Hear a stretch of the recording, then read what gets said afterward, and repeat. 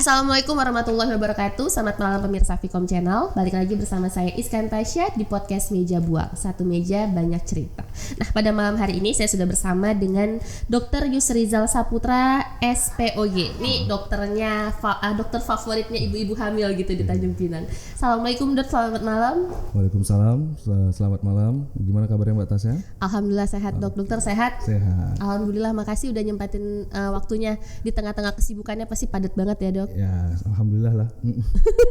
Oke Dok, jadi pada malam hari ini kita mau ngebahas tentang bumil sehat. Oke. Nah, jadi saya pengen tahu dulu nih Dok, berbicara mengenai ibu hamil ini, setelah kita tahu positif hamil Dok, sebenarnya kapan sih waktu yang tepat kita datang ke fasilitas kesehatan, baik ke bidan atau mungkin ke dokter obgyn Dok, buat ngecek kandungannya?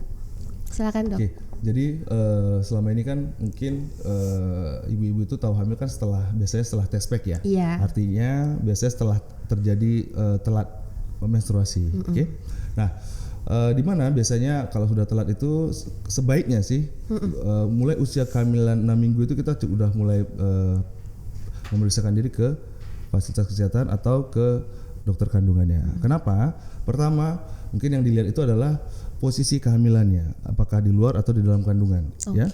Dimana kalau di luar kandungan, seandainya kita memeriksakan untuk usia kehamilan yang lebih lama, itu bisa menyebabkan udah robek sehingga artinya harus dioperasi. Jadi artinya lebih cepat lebih baik. Terus yang kedua, selain itu juga kita harus memeriksakan baik itu dari segi kesehatannya sendiri, mulai dari pemeriksaan darah, pemeriksaan apa, karena kita artinya melihat bekal di saat kita menjalani kehamilan ini apakah cukup untuk menjamin kelangsungan kehamilan ini dengan baik. Ya, paling sekitar 6 minggu udah boleh. 6 minggu dari telat gitu ya Dong? Bukan, 6 minggu dari tahu positif. Dari mens terakhir. Dari mens terakhir. Oke. Terus juga pasti banyak Dok, mungkin banyak juga yang nggak tahu kenapa misalnya baru nikah nih Dok, tapi mungkin setelah terjadinya pembuahan terus mulai nggak datang bulan, tahu-tahu udah positif gitu Dok. Tapi ternyata kalau dirunut itu setelah diperiksa itu masa kandungannya itu lebih panjang gitu daripada usia pernikahannya gitu. Mungkin banyak yang nggak paham juga Dok. Ya. Cara ngitungnya gimana jadi gitu. Kan banyak Dok kasus-kasus betul. suami jadi nggak percaya gitu kan. Oke. Jadi gini. Nah, sebenarnya memang mungkin pada saat dia menikah itu pada saat usia subur, ya. Jadi sebenarnya perhitungan masyarakat itu menggunakan HPHT, artinya itu untuk mempermudah. HPHT itu artinya di mana dihitung dari mens terakhirnya. Sementara masa subur itu lebih kurang terjadi sekitar 14 hari atau tergantung siklus menstruasinya itu 14 hari dari mens pertama, ya. Pas nikahnya di masa suburnya. Nah, itu artinya bisa jadi terjadi kehamilan. Nah, sebenarnya kehamilan itu tersendiri terjadi 2 minggu setelah, artinya pada saat dia subur itu. Nah, jadi walaupun seandainya dia tidak sempat mens segala macam, jadi bukan karena ibarat kata bukan karena ya maksudnya masalah lain nih artinya, tapi mungkin kita membawa untuk kenapa sih kita pakai HPHT, artinya untuk memudahkan masyarakat. Ya, kalau kita nanti pakai usia kehamilan dengan menghitung konsepsi, masyarakat pasti bingung. Iya, nah, benar. jadi banyak artinya kan kasus gitu. Jadi artinya digunakan secara global itu menggunakan hari pertama, hari terakhir itu agar mempermudah. Tapi sebenarnya kehamilannya sendiri itu terjadi di 2 minggu setelah HPHT tersebut. Oke. Berarti buat orang yang baru menikah ini penting banget ya Dok nyatet HPHT itu. Ya betul. Jangan sampai terjadi ya kayak tadi ya. Iya, sampai benar. ragu apa segala macam ya. Biasanya juga kalau kita konsul ke dokter juga pasti ditanyain gitu ya hari terakhir gitu ya Dok. Oke. Terus Dok, tadi kan dokter bilang juga setelah kita tahu positif tuh kita butuh ke dokter obgyn gitu ya, atau mungkin kita ke fasilitas kesehatan. Biar tahu kehamilannya ini di dalam kandungan kah atau di luar. Pastinya untuk hamil ini juga pasti ada persiapannya kan Dok. Biasanya tuh apa sih Dok yang paling harus disiapin? Bahkan sekarang itu kan sebelum kita menikah aja udah dikasih pil penambah darah gitu kan. Banyak juga orang yang kayak mulai minum susu menjelang pernikahan gitu. Biasanya itu seperti apa Dok? Jadi berdasarkan panduan, artinya berdasarkan dari buku Williams Guidebook itu sebenarnya sebaiknya 3 bulan sebelum kehamilan itu setiap ibu itu sudah mempersiapkan kehamilan. Kenapa? Karena artinya kita tuh harus mempersiapkan mulai dari nutrisi segala macam itu harus bagus dulu ya. Karena kebanyakan kayak di wanita di Indonesia ini rata-rata mungkin kandungan gizinya atau segala macam belum tentu sempurna seperti di wilayah Eropa ya, sehingga sebaiknya itu 3 bulan sebelumnya mereka mulai mengkonsumsi asam folat, makan makanan bergizi ya. Terus juga kalau dulu itu ada namanya vaksin TT segala macam ya. Nah, kenapa? Karena kalau kita ibaratkan sebuah kebun ya, sebuah kebun.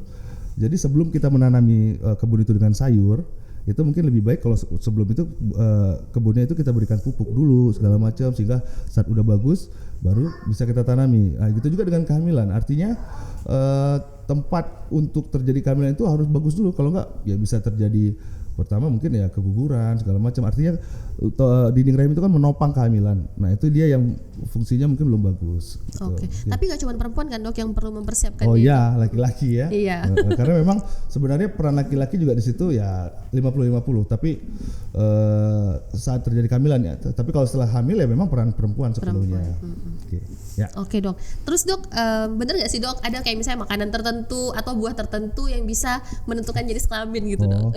Sekarang bahkan tuh, Dok, kalau lihat di media sosial tuh ada sampai kayak serbuk gitu, Dok. Serbuk. Iya, buat biar anaknya tuh jadi cowok. Ada juga yang bilang harus makan sayur biar anaknya jadi cewek gitu, Dok. Gitu ya. Saya juga baru dengar sih. Iya. Ya. Nah, karena gini, ya itu mungkin mitos ya. Artinya memang laki-laki dan perempuan itu ditentukan oleh sperma, ya, karena sperma lah yang membawa kromosom X atau Y. Artinya kalau di sel telur itu cuma X.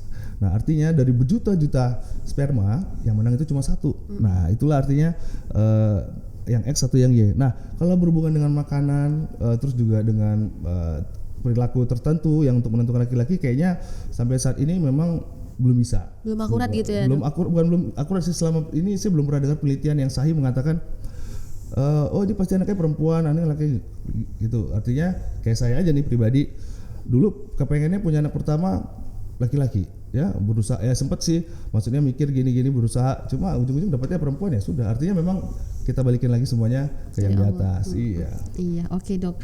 Mudah-mudahan paham ya, jadi jangan kemakan mitos gitu ya. Oke, Dok. Nah, terus juga masih banyak nih, Dok, pastinya ibu hamil di luar sana yang belum paham mengenai hal-hal terkait kehamilan. Jadi misalnya mungkin ada juga orang yang mungkin taunya hamil, ya udah hamil aja, tapi nggak paham apa itu air ketuban, plasenta, mungkin dan lain-lain. Mungkin bisa dijelasin secara singkat. Jadi memang secara keseluruhan kehamilan itu memang terdiri dari bayinya sendiri ya, terdiri juga, ada juga bagian dari ketuban atau selanjutnya selaput ketuban, bahkan juga plasenta. Nah, jadi kalau mungkin secara singkat saya jelaskan, sebenarnya semua itu merupakan suatu sirkulasi ya, di mana setiap dinding rahim ibu atau itu akan ditempeli oleh namanya plasenta ya. Nah, plasenta itu fungsinya adalah seperti menyerap sari-sari makanan. Jadi dia seperti akar pada pohon-pohonan, ya, menyerap sari makanan. Kemudian sari makanan itu dia akan dibawa melalui tali pusat, ya. Kemudian setelah tali pusat baru sampai ke bayi. Sedangkan ketuban itu merupakan cairan amnion, ya, cairan amnion yang memang berfungsi untuk pertama melindungi atau meratakan tekanan bayi. Artinya kalau seandainya ada trauma dari luar, dia meratakan tekanan sehingga bayi tersebut tidak cedera. Ya, yang kedua, selama proses kehamilan bayi juga sudah mulai proses minum. Artinya ya bayi itu di dalam itu yang diminum itu ya ketubannya sendiri, dan dia juga melakukan proses kayak miksi atau buang air kecil, ya, itu di situ. Jadi memang sirkulasinya seperti itu. Karena kenapa? Dari dalam tubuh pun mereka sudah selain membentuk saluran cerna, mereka juga sudah ibarat kata mulai kayak menjalankan fungsinya, maksudnya seperti kayak untuk menelan segala macam, ya. Makanya kadang-kadang dari kandungan gitu ya. Iya, artinya makanya kadang-kadang ada kelainan-kelainan di mana air ketubannya banyak, itu kita curiga itu jangan ada kelainan pada bayinya. Ya, artinya kemungkinan bayinya nggak bisa minum atau apa. Nah, salah satu contohnya mungkin kayak terjadi kayak tidak terbentuknya esofagus atau saluran usus lain yang kita sebut dengan atresia esofagus, ya, sehingga dia tidak mampu menelan, tidak buang ini, jadi ketubannya numpuk gitu. Nah, begitu juga dengan sebaliknya, ketubannya sedikit. Nah, itu kita perlu curigai kenapa, ya, apakah karena gizi ibunya atau karena apa. Terus yang terakhir, memang semua itu akan dilindungi oleh namanya selaput ketuban. Ya, selaput ketuban juga memang fungsinya itu lebih melindungi, tapi dari ya, mungkin infeksi atau apa, karena kan memang infeksi di saluran reproduksi seorang wanita itu bisa naik ke atas gitu, ya. Nah, jadi memang semuanya sih banyak fungsinya ya. Artinya secara singkat, nah semua sari-sari makanan itu dibawa oleh plasenta, kemudian dia akan lewat tali pusat baru ke bayi. Terus kalau yang ketuban dan selaput tadi fungsinya untuk melindungi bayi. Ya, jadi kalau fungsi aslinya untuk penyerapan itu ya dari plasenta tadi. Nah makanya juga kadang-kadang hati-hati dengan ibu-ibu dari cara makannya. Ya, jadi contoh kayak jadi di plasenta itu juga punya filter. Artinya filter sehingga segala kandungan nutrisi atau apapun yang mau masuk ke bayi itu ya itu akan ibarat kata dipilih, disaring sama si plasenta, sehingga kalau ada zat-zat yang tidak bagus atau seperti ada obat-obatan tertentu dia tidak bisa masuk. Cuma kalau seandainya tetap dikonsumsi oleh ibu-ibu itu, nah lama-lama si zat-zat itu akan menumpuk di saringan tersebut ya, sehingga kalau terjadi penumpukan otomatis sumbatan. Nah, sumbatan itu kita sebut dengan pengapuran atau kalsifikasi plasenta. Nah, kalau sudah terjadi sumbatan, itu kan artinya nutrisi dari ibu tadi, ibunya makan sebanyak apapun kadang-kadang nggak nyampe ke bayinya. Nah, yang lebih parah lagi, seandainya kebutuhan oksigen. Kita tahu di mana bayi itu juga memang bernapasnya oksigennya mendapatkan dari kandungan di dalam darah ibunya. Nah, seandainya memang terjadi sumbatan, kira-kira menurut Mbak Tasya berapa lama sih kita bisa tahan napas?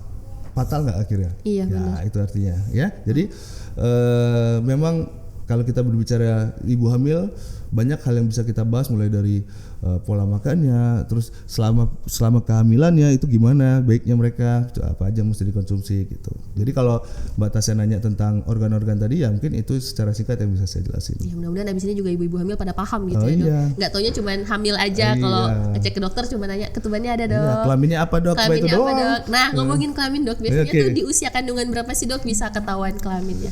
Idealnya itu sebenarnya mulai dari 16 sampai 20 minggu itu ini ya, udah tergantung ketahuan dari ya, Dok. memang posisi bayi juga.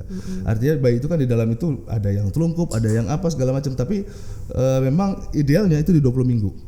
Gitu. Karena kalau lebih awal dari itu biasanya suka rancu ya. Cuma kalau pernah yang bertanya sama saya, Dok, kalau kelamin itu bisa berubah ya, Dok? Ya kan banyak ya. Iya. Jadi sebenarnya kelamin itu nggak bisa berubah, tapi mungkin kita salah lihat. Oh, iya benar. Ya. Oke, Dok. Nah terus, Dok, pasti kan banyak juga nih, Dok, ibu-ibu hamil yang mungkin ada rezekinya pas hamil tuh nggak mual, nggak muntah gitu, Dok. Tapi ada juga ibu-ibu yang pas hamil itu sampai benar-benar nggak bisa makan, nggak bisa minum. Itu mungkin ada tipsnya nggak, Dok, gimana? Oke. Jadi memang kalau kita bicara mual pada ibu hamil sebenarnya memang ada ya gitu. Cuma itu kenapa? Itu karena memang ada yang kita sebut dengan hormon beta HCG. Nah, hormon beta HCG ini semakin dia tinggi, memang ada efek peningkatan daripada asam lambungnya juga. Artinya justru sebenarnya kalau saya pasien saya mual, ada satu yang bikin saya tenang. Artinya kehamilannya nggak akan lepas.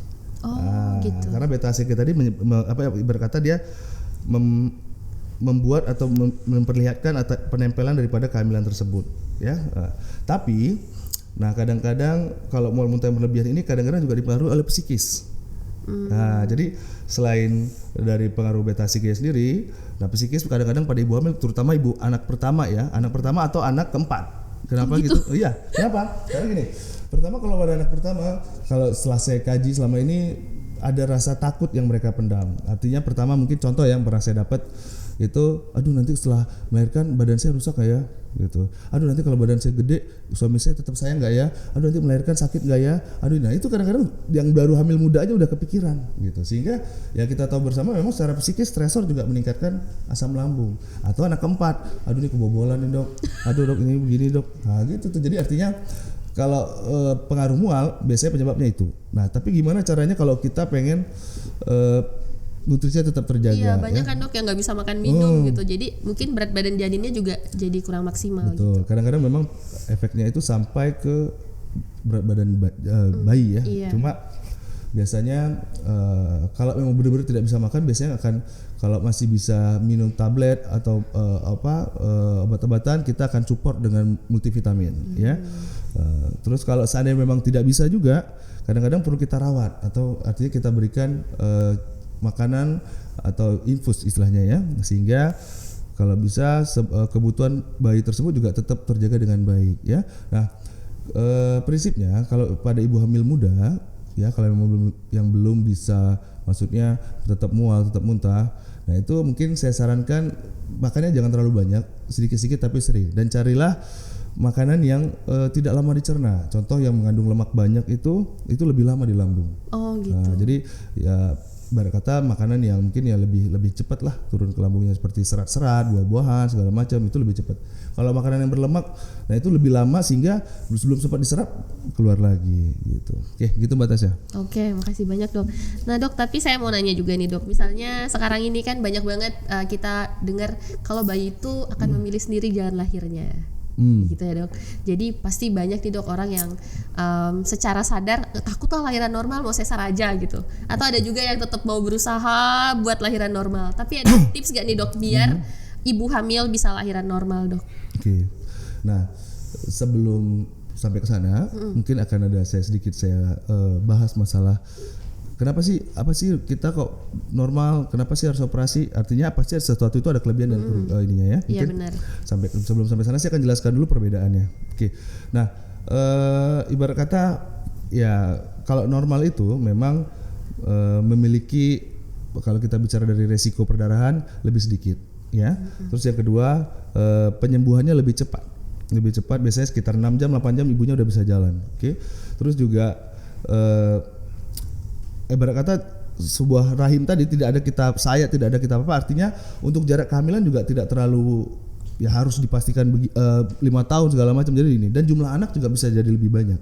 Sementara kalau operasi pertama karena kita membuka sayatan perut, artinya jumlah perdarahan itu lebih banyak, minimal sekitar 1000 cc. 1000 cc? Ya, artinya 1 liter. 1 ya. liter. Nah, terus yang kedua dengan kita membuka perut segala macam pasti ada namanya resiko peningkatan infeksi. Ya, namanya suatu yang tertutup kita buka ya. Terus yang ketiga, nah kadang-kadang segala sesuatu yang ibarat kata kalau kita bilang ciptaan yang kuasa ya, ciptaan Allah itu kan dengan sesuatu yang dijadikan oleh manusia beda kekuatannya. Nah, artinya apa? Nah kadang-kadang memang kalau terlalu dekat jarak kehamilannya itu salah satu faktor juga ya. Saya pernah dapat pasien baru operasi setahun kemudian hamil lagi ya, dan pada saat usia kehamilan 8 bulan robek di rahim yang bekas kita jahit itu. Jadi artinya karena kenapa? Karena sifatnya rahim itu dia kalau membesar itu seperti balon, makin besar makin tipis. Nah karena ketarik tadi ya. Dan juga penyembuhannya ini lebih lama. Kadang-kadang rasa ngilu yang dirasakan ibu itu bisa-bisa seumur hidup gitu. Karena kenapa? Proses penyembuhan jaringan itu seperti kayak ketarik-tarik atau paru itu kadang-kadang ngilu-ngilu masih ada. Nah terus jadi artinya kalau memang tidak ada kontraindikasi yang absolut, kita akan usahakan normal dulu. Artinya ya kita lewat jalan yang udah dikasih Allah gitu. Jangan kita bikin jalan baru. Tapi kalau memang ada indikasi ya seperti jalan lahirnya tertutup, panggulnya sempit, segala macam, mungkin itu ya suatu yang wajib. Nah, kalau Mbak Tasya nanya gimana nih tipsnya agar seorang ibu itu bisa lahir normal? Oke. Jadi pertama kita balikkan ke keyakinan diri. Nah, afirmasi ya dok? Afirmasi dulu. Saya harus sugestinya gini. Oh saya pasti bisa normal kok, saya yakin gitu. Artinya kita yakinkan diri kita. Kalau emang kita udah ragu segala macam, karena walaupun dia bisa normal, tapi nanti tengah jalan karena rasa mules tadi, kadang-kadang udah menyerah. Udah dok, nggak kuat dok, ini dok. Sementara masih bisa, cuma kan artinya kalau suaminya bilang udah dok, ini ya udah. Nah kalau udah suaminya yang ngomong ya, artinya segala suatu tindakan dokter itu harus persetujuan suami. Nah ya karena di situ ada keterikatan hukumnya. Terus yang kedua selanjutnya ya mungkin ada olahraga tertentu seperti yoga ya, itu juga proses untuk ibarat kata panggul ini kan terdiri daripada tulang dan jaringan lunak. Ya artinya kalau kita exercise panggul itu mudah-mudahan sih insya Allah bisa lebih gampang ya, atau memudahkan jalan lahirnya untuk lebih lentur gitu, sehingga ya nanti pada saat melahirkan insya Allah ya nggak susah gitu ya. Jadi selain dari olahraga juga mungkin makanan gitu, makanan yang kadang-kadang ibarat kata ya bisa meningkatkan elastisitas segala macam. Jadi kalau juga makanan itu seperti makanan yang terutama yang bisa membantu atau mengandung banyak kolagen sehingga elastisitas jaringan atau dari jalan lahir itu lebih baik. Mungkin itu sih ya. Cuma yang pasti selama ini lebih kuat itu cenderung di psikis. Artinya ya insya Allah namanya Allah itu menciptakan suatu kehamilan, pasti dia akan memperlihatkan, artinya menyesuaikan dengan bentuk tubuh ibu. Nah, tapi kalau memang dari awal psikisnya nggak kuat atau memang dia nggak yakin, kadang-kadang yang paling banyak tuh adalah ibu-ibu hamil ini suka dengar kiri kanan, kata netizen gini, sehingga pengaruhnya besar banget itu. Nah dengan adanya seperti itu, itulah kadang-kadang tercipta mitos-mitos yang mungkin menurut saya lumayan menyesatkan gitu ya, sehingga ada ketakutan saat ibu hamil itu pengen untuk lahir normal gitu. Jadi memang yang paling penting adalah keyakinan diri. Oke, berarti afirmasi diri sendiri ya dok. Ya, betul. Nah tadi ngobrolin tentang sesar, sebenarnya berapa tahun sih dok jarak yang ideal gitu? Kalau habis lahiran sesar terus hamil lagi lalu melahirkan? Oke, berdasarkan textbook sih memang sebaiknya 5 tahun ya, 3 sampai 5 tahun. Jadi karena kenapa? Kalau terlalu dekat itu memang proses penyembuhan alami atau segala macam itu baik, selain dari operasinya sendiri juga untuk ibunya juga memang kandungan tubuhnya itu belum balik lagi. Karena kan setiap kehamilan itu sifatnya parasit, artinya mereka menyedot zat-zat yang ada pada ibunya gitu. Jadi mungkin baik sesar atau enggak itu sebaiknya 5 tahun sih gitu. 5 tahun. Terus boleh berapa kali dok kalau sesar? Sesar itu jadi gini, berhubungan dengan kalau kita operasi itu suka terjadi perlengketan.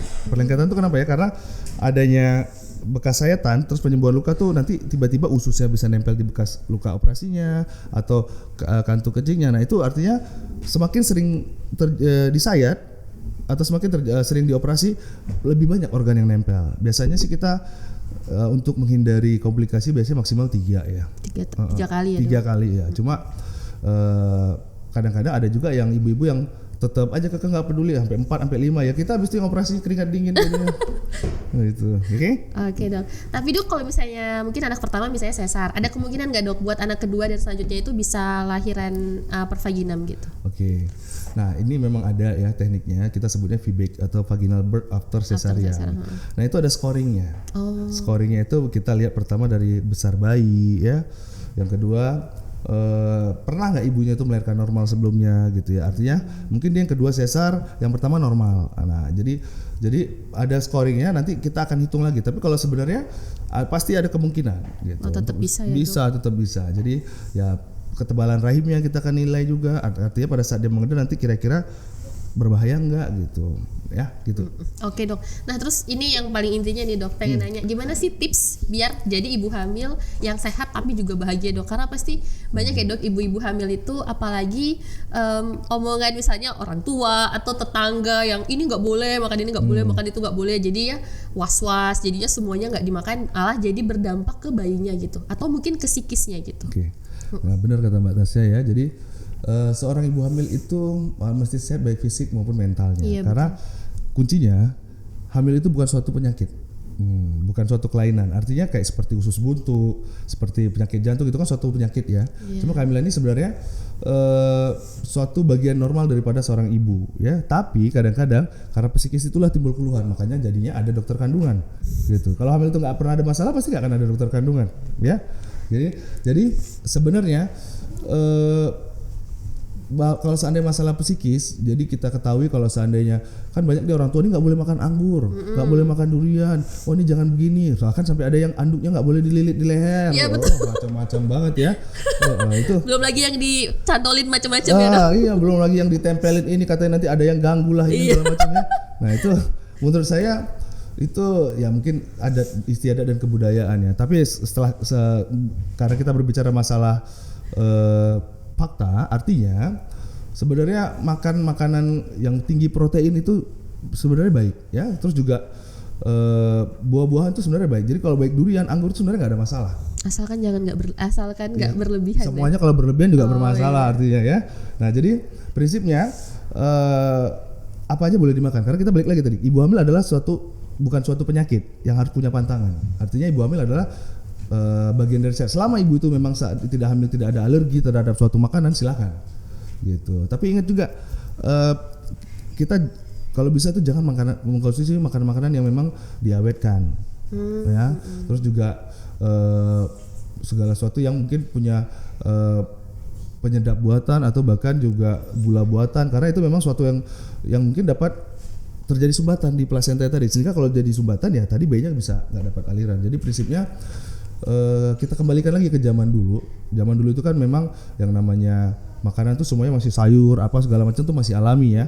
Nah sehingga zaman dulu itu ibu-ibunya jauh lebih sehat terhadap kehamilannya. Nah sekarang kalau kita lihat trennya itu kan banyak nih ya jajan-jajanan segala macam ya, minuman aja udah macam-macam nih ya, boba-bobaan, baik juga makanan cemilan-cemilan. Nah itu kadang-kadang memang enak tapi belum tentu sesuatu yang menyehatkan gitu. Jadi prinsipnya apa aja boleh dimakan tapi kita harus tahu mana yang kira-kira tidak boleh, maksudnya itu dalam arti kata punya pengawet ya, atau jajan-jajanan yang memang punya penyedap rasa gitu, paling itu. Oke. Nah terus gimana peran suami dok biar ibu hamil nih, istrinya nih menjadi ibu hamil yang bahagia? Mungkin pengalaman dokter selama ini setelah berkonsultasi dengan banyak pasien. Oke. Yang pasti jangan nikah lagi. Ya, canda ya. Artinya kan kalau ini ya, lebih lagi pasti stres ibu hamilnya. Ya, oke. Canda ya. Iya. Nah jadi gini loh. Peran suami itu memang penting, artinya memang sebagai support system itu di mana setiap kita itu butuh namanya support system, ya, baik itu dari segi fisik. Nah peran suami yang pasti itu dari segi mental dia harus support, artinya setiap kali ibunya ada keluhan dia harus coba untuk menenangkan segala macam ya. Terus juga seorang suami itu juga sebaiknya punya pengetahuan. Kenapa? Artinya di saat memang terjadi kondisi-kondisi yang gimana sih kapan istri saya mesti dibawa ke dokter gitu, atau istri saya harus dibawa ke rumah sakit gitu. Jadi kadang-kadang biasanya terutama pada pasangan yang baru menikah, mereka masih bingung nih, ini apa sih kalau ngeflek nih kenapa ya? Atau ini keluar air sih dok, tapi saya nggak tahu apa-apa 2 minggu lalu ternyata pecah ketuban. Artinya kan tingkat awareness dan pengetahuannya tadi memang lumayan terpengaruhi ya. Jadi prinsipnya kalau kita bilang peran suami, pertama suami itu harus jadi suami siaga ya, artinya yang memang siap 24 jam kalau terjadi komplikasi pada kehamilan. Yang kedua, seorang suami itu juga harus punya pengetahuan tentang ya kehamilannya juga. Jadi bukan hanya ibunya saja ya. Yang ketiga, masalah lingkungan, artinya peran lingkungan. Jadi suaminya juga, kita nggak tahu namanya proses kandungan ini, kita nggak pernah lepas dari namanya darah ya.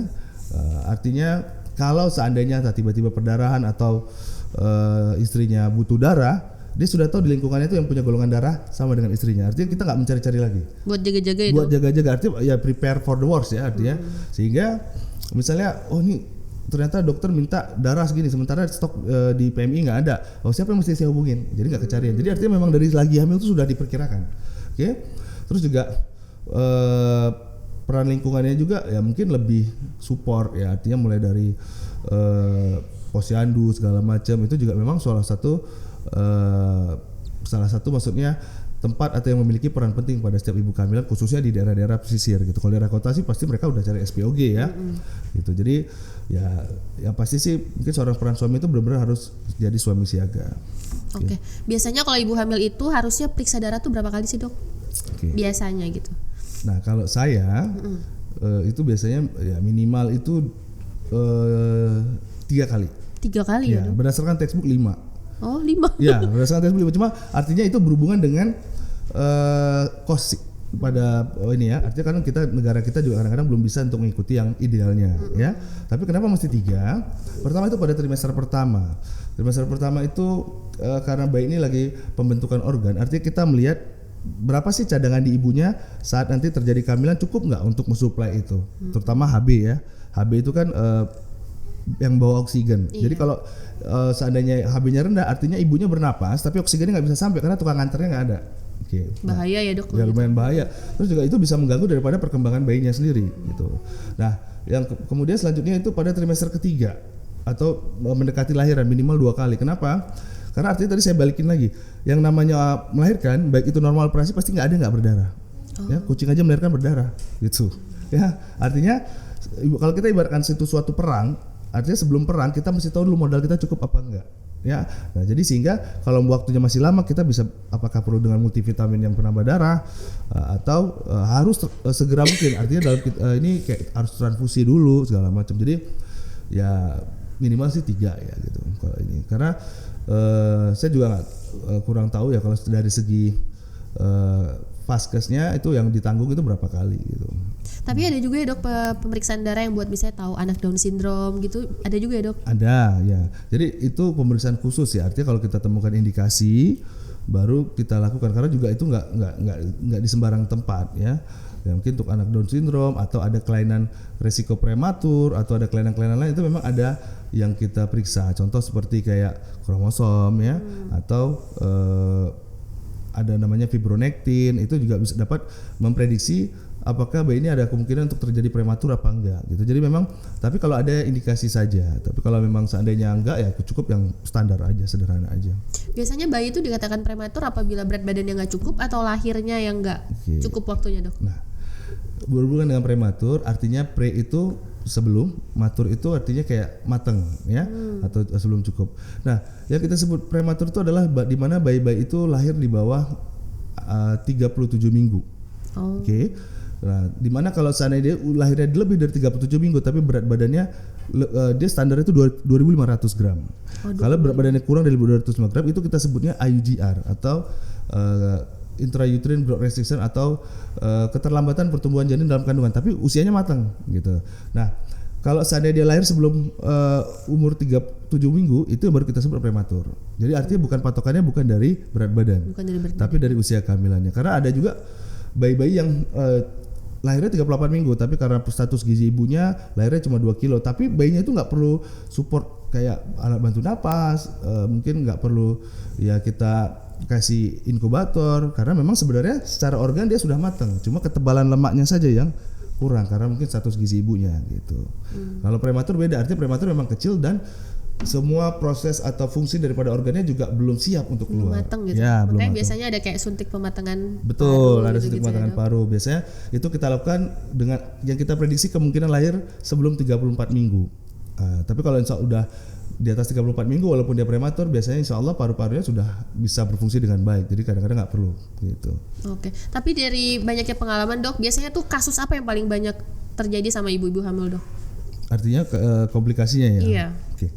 Nah, yang paling sering sih kalau kita lihat di sini berhubungan dengan ketuban pecah duluan ya. Kalau di khususnya Tanjung Pinang ya, ketuban pecah duluan dan mungkin biasanya tadi mual muntah berlebihan sih gitu. Nah, hubungannya apa setelah saya lihat itu dengan adanya ketuban pecah ini biasanya paling sering terjadi 80% karena infeksi.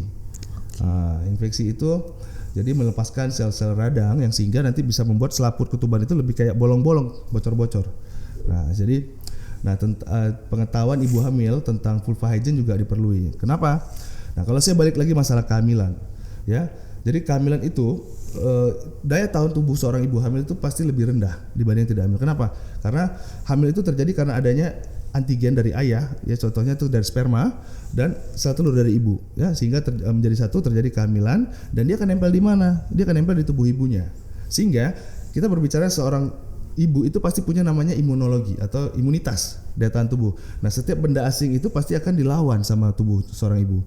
Jadi gimana biar kehamilan itu bisa nempel sempurna? Artinya secara hormonal dia akan diturunkan daya tahan tubuhnya biar kehamilan ini bisa nempel, tidak ditolak. Karena kan ini benda asing ya. Iya. Nah, efeknya apa? Selama kehamilan daya tahan tubuh seorang ibu itu pasti rendah. Nah, dan jadi lebih rentan. Rentan terjadi infeksi. Dan kemudian kita berbicara masalah tentang vulva hygiene. Nah, kadang-kadang kan gara-gara daya tahan tubuhnya rendah, artinya seorang ibu itu lebih gampang terjadi keputihan. Nah, keputihan itu kadang-kadang dianggap biasa. Ternyata lendir itu adalah media paling baik pertumbuhan kuman. Kadang-kadang dompleng nih kuman. Nah, tapi karena dianggap biasa, ujung-ujung nggak tahu keputihan, tahu nanti 8 bulan pecah ketuban. Nah, jadi artinya buat ibu-ibu ya kalau ada keputihan sedikit apapun bagusnya diperiksakan. Jadi kita bisa tahu ini benar-benar keputihan yang normal karena hormon kehamilan atau memang udah dibarengin sama infeksi sekunder gitu. Berarti pas kita konsul ke dokter atau ke bidan gitu kita harus bilang ya dok kondisinya. Kalau memang ada keluhan keputihan yang berlebihan ya, berbau, berwarna, kadang-kadang gatal ya harus dilaporkan gitu. Tapi kalau ya keputihan normal itu kan cukup jernih ya, benar-benar jernih ya itu nggak usah gitu. Prinsipnya itu karena ya tadi karena saya lihat untuk Tanjung Pinang ini banyaknya kasusnya ketuban pecah duluan dan 80% disebabkan oleh infeksi gitu. Oke dok, dari tadi kita udah ngebahas tentang kehamilan dok. Sekarang saya mau bahas dikit tentang persiapan melahirkan dok. Nah jadi sebenarnya apa sih yang harus disiapin sama ibu-ibu hamil ini? Pasti nggak cuma scrolling barang-barang bayi lucu gitu kan dok. Kira-kira apa dok? Ya tadi kalau untuk persiapan melahirkan ya khususnya pertama kita mesti tahu dulu ya, kita selama ini tetap konsultasi ya. Konsultasi artinya kehamilan kita ini memungkinkan nggak untuk lahir normal apa enggak. Oke. Nah dengan ada seperti itu kita harus tahu juga nanti di mana kita akan melahirkan. Oh di mananya? Ya karena gini artinya kalau seandainya kita memang tidak mungkin untuk melahirkan normal ya, itu jangan melahirkan di artinya di puskesmas atau di fasilitas-fasilitas kayak yang tidak menunjang adanya ruang operasi. Jadi kita tetap harus ini. Kadang-kadang ada yang mungkin ngerasa dirinya saya takut operasi, jadi dia harusnya operasi nih. Akhirnya tetap maksa di misalnya melahirkan di bidan gitu. Itu jadi fatal. Ya? Jadi fatal, ujung-ujungnya bidannya kelimpungan gitu ya. Nah terus yang kedua selain di mana tempat kita melahirkan juga persiapan daripada fisik mentalnya sendiri. Persiapan mentalnya ya otomatis ya harus benar-benar yakin, harus benar-benar siap ya. Terus juga mulai kayak gimana ya, kayak mengkonsumsi kayak makanan-makanan yang punya energinya tinggi gitu ya. Terus yang pasti adalah kadang-kadang kita perlu namanya latihan pernapasan ya. Jadi ibu-ibu mungkin bisa lihat di media-media sosial segala macam gimana sih nanti artinya pada saat terjadi kontraksi itu napasnya gimana, tariknya gimana ya. Jadi artinya memang kalau bisa dari sebelum itu udah diketahui, karena banyak kan kalau nggak mencari tahu pada saat terjadi proses persalinan itu pada bingung, gelagapan ya dok? Ya gelagapan, panik lagi ya. Jadi akhirnya itu juga menjadi suatu masalah pada kelahiran. Jadi ya menurut saya sih prinsipnya yakin aja deh kalau emang bisa. Nah tapi kalau emang harus operasi langsung cari fasilitas yang punya ruang operasi, artinya mungkin di rumah sakit gitu ya. Paling gitu. Oke dok, terus mungkin terakhir nih dok, tentang ASI dok. Banyak juga mungkin ibu-ibu hamil yang apalagi kalau misalnya hamilnya tuh bed rest, lemes, capek, sampai jadi nggak sempet nih dok mikirin persiapan ASI. Mungkin kalau biasanya tuh gimana sih dok kita bisa dapat pengetahuan tentang ASI sendiri gitu. Dan gimana sih persiapan ibu-ibu hamil ini untuk bisa mengasihi anaknya dok? Soalnya biasanya kan banyak juga mitos-mitos kayak misalnya harus dibersihin putingnya gitu dok. Mungkin boleh diceritain dikit dok. Oke. Jadi sebenarnya ASI ini penting banget ya. Dan kalau bisa ya, sekali lagi saya betul-betul kayak ibarat kata mengingatkan ibu-ibu, setiap anak itu wajib ASI eksklusif minimal 6 bulan. Oke. Kenapa? Sebelum saya bicara ke sana tadi ya. Kenapa? Karena dari ASI itu dia itu punya kandungan antibodinya ya, benar-benar punya makanan yang benar-benar cukup buat bayinya. Bahkan dia itu bisa mengatur sendiri keberapa sih kebutuhan daripada bayinya, itu hebatnya. Artinya seandainya bayi dengan ASInya umur 1 bulan dengan bayi 6 bulan tuh tingkat kekentalan atau ASInya tuh kan berbeda. Nah, artinya itu hebatnya tubuh kita ya. Dan terus biasanya ASI itu prinsipnya adalah semakin sering disedot sama bayinya kan semakin banyak keluarnya ya. Jadi kalau masalah di mana sih kita pengen tahu info tentang ASI yang baik ya, mungkin pasti di sini nih ada fasilitas kesehatan mungkin di posyandu ya segala macam, atau sekarang pun menurut saya itu udah ada yang namanya konselor menyusui. Iya betul. Konselor menyusui, bahkan udah ada ikatannya nih AIMI ya kalau nggak salah saya. Kepri ya Tanjung Pinang. AIMI. Nah itu menurut saya mereka luar biasa. Selama ini saya sering lihat itu di ruangan-ruangan rawat rumah sakit ya, itu datang orang AIMI itu cuma untuk anak pertama yang belum bisa nyusu. Mereka akan ngajarin cara pompanya, breastfeedingnya segala macam ya. Bahkan ya benar-benar diajarin, dan saya memang ya termasuk salut juga sih dengan ya organisasi itu ya. Terus selain itu juga kalau memang nggak ada yang seperti itu ya boleh ke fasilitas kesehatan seperti posyandu ya. Nah sebenarnya kalau gimana ya, kalau harus dibersihkan sih enggak juga ya, cuma memang perlekatannya mesti benar. Kadang-kadang kalau ada perlekatannya pas saat di putingnya tersebut enggak benar, nah kadang-kadang itu sering menimbulkan masalah keluhan, contohnya kayak lecet ya, cara ngelepasinnya gimana ya. Nah terus ya jadi kalau masalah informasinya mungkin lebih baik kita ke penyuluh ASI ada. Terus kalau masalah harus dibersihkan kayaknya enggak juga sih. Juga ya, nah, karena ya gimana ya, udah diciptain semuanya sama Allah tuh seperti itu jalannya. Oke dok, mungkin terakhir dok ada yang mau disampaikan ke para ibu-ibu hamil di khususnya di Tanjung Pinang dok, silahkan. Terima kasih. Nah mungkin sedikit pesan ya buat ibu-ibu hamil di Tanjung Pinang. prinsipnya ya selama hamil itu ya kita harus benar-benar kayak memastikan apa yang kita makan itu semuanya bergizi ya, dan kita pastikan artinya perkembangannya itu semaksimal mungkin. Karena kenapa kita sebut ada namanya periode emas perkembangan otak itu selama 1000 hari kelahiran. Jadi kalau memang pengen anaknya nanti pinter, anaknya apa tuh dari mulai kehamilan tuh sudah dipersiapkan. Terus juga mencegah stunting ya dok? Ya, mencegah stunting artinya ya dengan gizi yang baik ya, sehingga nanti benar-benar anaknya tuh jauh bisa lebih maaf ya kayak artinya kecerdasannya baik segala macam ya. Jadi memang gizinya mesti diperhatikan maksimal. Jadi nanti setelah lewat dari itu, setelah dari 1000 hari, karena memang udah lewat masanya, artinya otaknya jadi mau dikasih makanan sebaik apapun juga tidak akan semaksimal pada saat itu ya. Terus yang kedua, pastikan kayak aktivitasnya sendiri ya mungkin yang tidak membahayakan atau tidak memiliki resiko jatuh ya. Jadi artinya kalau memang biasa olahraga segala macam, cari olahraga yang tidak memiliki risiko jatuh. Karena selain itu memang banyak juga kejadian kasus ya trauma pada kehamilan sehingga menyebabkan seperti ada plasentanya lepas segala macam ya. Oke. Terus ya mungkin menurut saya sih yang prinsipnya pastikan kita perbaiki semua pola makan sehingga generasi ke depan itu jauh lebih baik ya. Nah, karena kan prinsipnya kalau dokter kandungan ini dia motonya itu seperti mempersiapkan generasi ke depan jauh lebih baik daripada hari ini. Nah, jadi intinya mulai dari sekarang lah kita sama-sama mesti mau tahu tentang mana makanan yang sehat, mana makanan yang bikin anak kita tidak stunting contohnya ya. Terus juga apa aja zat-zat yang mungkin yang tidak boleh kita konsumsi atau bisa mengganggu daripada penyerapan zat tersebut, itu harus kita tahu ya. Contoh ya kayak kita minum suplemen zat besi nih ya, untuk mencegah stunting kan salah satunya pemberian zat besi ya. Itu kalau kita barengin dengan minum teh atau nggak bisa, nggak keserap karena ada namanya zatnya tanin. Tanin itu dia mengikat zat besi sehingga zat besinya itu bukan masuk ke ibunya, malah diikat sama tanin gitu. Jadi sementara ya saya lihat rata-rata tuh di sini nih paketnya kalau makanan itu pasti teobeng. Betul. Semua pakai teobeng ya. Mungkin es teh manis kali ya kalau bagi yang nggak tahu. Anak-anak kecil-kecil pun dari kasih teobeng ya. Teobeng artinya paket ini ada ayam nih gini. Saya nggak perlu nyebutin merek ayam gini tapi dapatnya teh atau Pepsi atau Coca-Cola. Sorry bukan itu artinya. Iya, soda lah ya gitu ya. Nanti tinggal diedit aja. Iya. Artinya itu paket yang menurut saya salah buat gizi. Jadi mereka makan ayam ya ada zat besinya, ada proteinnya tapi nggak bisa keserap gitu. Jadi ya kita mesti lebih pintar untuk saat ini benar-benar mengetahui mana sih yang bisa kita makan, mana yang enggak, itu aja. Oke. Makasih banyak waktunya Dr. Yusrizal. Dokter ini lagi bertugasnya di RSUP ya, Dok? Ya, di Rumah Sakit Provinsi Raja Ampat Tabib. Kalau mau ke prakteknya?